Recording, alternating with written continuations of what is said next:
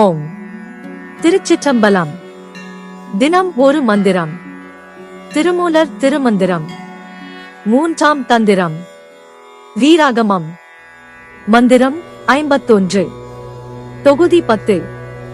அட்டாந்த யோக பேரு. 8 வகை யோகம் செய்வதனால் கிடைக்கப் பெறும் பிரதிபலங்கள். பகுதி 5. பிரத்யாகாரம். அகத்தின் வழியாக பரம்பொருளை தேட கிடைக்கும் பலன். பாடல் 616. சேரர் காலம் திசை நின்ற தேவர்கள். ஆரிவன் என்ன, அரணாம் இவன் என்ன. ஏரொரு தேவர்கள் எல்லாம் எதிர்கொள்ள காரொரு கண்டனே மெய்கண்டவாறே. விளக்கம். ஒரு ஆன்மா இறைவனுடன் சேரக்கூடிய இறுதி காலத்தில் 8 திசைகளிலும் உள்ள தேவர்கள் அனைவரும் திரண்டு வருவார்கள். யார் இவன் என்று வியப்புடன் கேட்கும் தேவர்களுக்கு பதிலளிப்பது போல, இவன் சாதாரண மனிதன் அல்ல, இவனே சிவபெருமான் என்று போற்றும் நிலை உண்டாகும். அழகுடைய தேவர்கள் அனைவரும் வரிசையாக நின்று அந்த உயிரை மரியாதையுடன் எதிர்கொண்டு வரவேற்பார்கள். கரிய நிறமுள்ள விஷத்தை உண்ட நீலகண்டனாகிய சிவபெருமானே அந்த உயிர் நேருக்கு நேராக கண்டு அவரோடு இரண்டர கலக்கும் என்கிறது இந்த திருமந்திர பாடல். இந்த பாடலில் திருமூலர் அரணாம் இவன் என்ற மிக முக்கியமான வரியை வைத்துள்ளார். ஒருவன் சிவயோகத்தில் சிறந்து விளங்கும் போது அவனுக்கும் சிவனுக்கும் வேறுபாடு தெரிவதில்லை. காண்பவர்களுக்கு அந்த யோகியே சிவனாக தெரிவார். இதுவே அவனே நான் எனும் அத்வைத சிவோக நிலையின் தத்துவம்.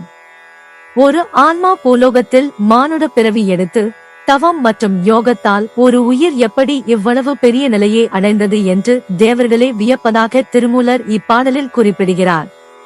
உடலானது வெறும் கற்பனையாக இல்லாமல் உண்மையாகவே இறைவனைக் கண்டு அனுபவிப்பதை குறிக்கிறது.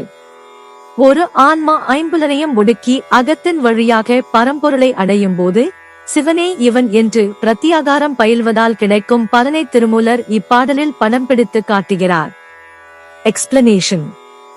This Thirumandiram verse describes that at the final moment when a soul unites with God, deities from all 8 directions will gather. As if answering the deities who ask in wonder, "Who is this?" the verse states that they will declare, "This is not an ordinary human being, this is Lord Shiva."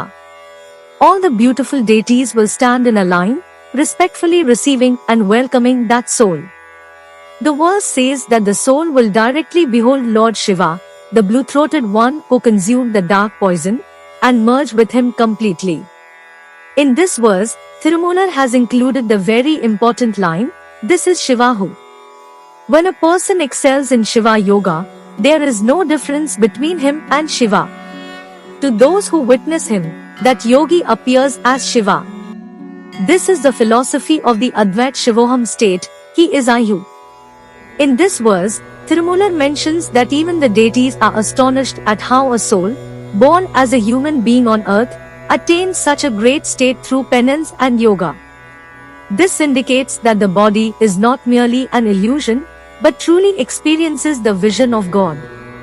Thirumoolar portrays in this verse the benefit of practicing pratyahara, the withdrawal of the senses, whereby a soul attains the supreme being through the inner self, and is recognized as Shiva himself.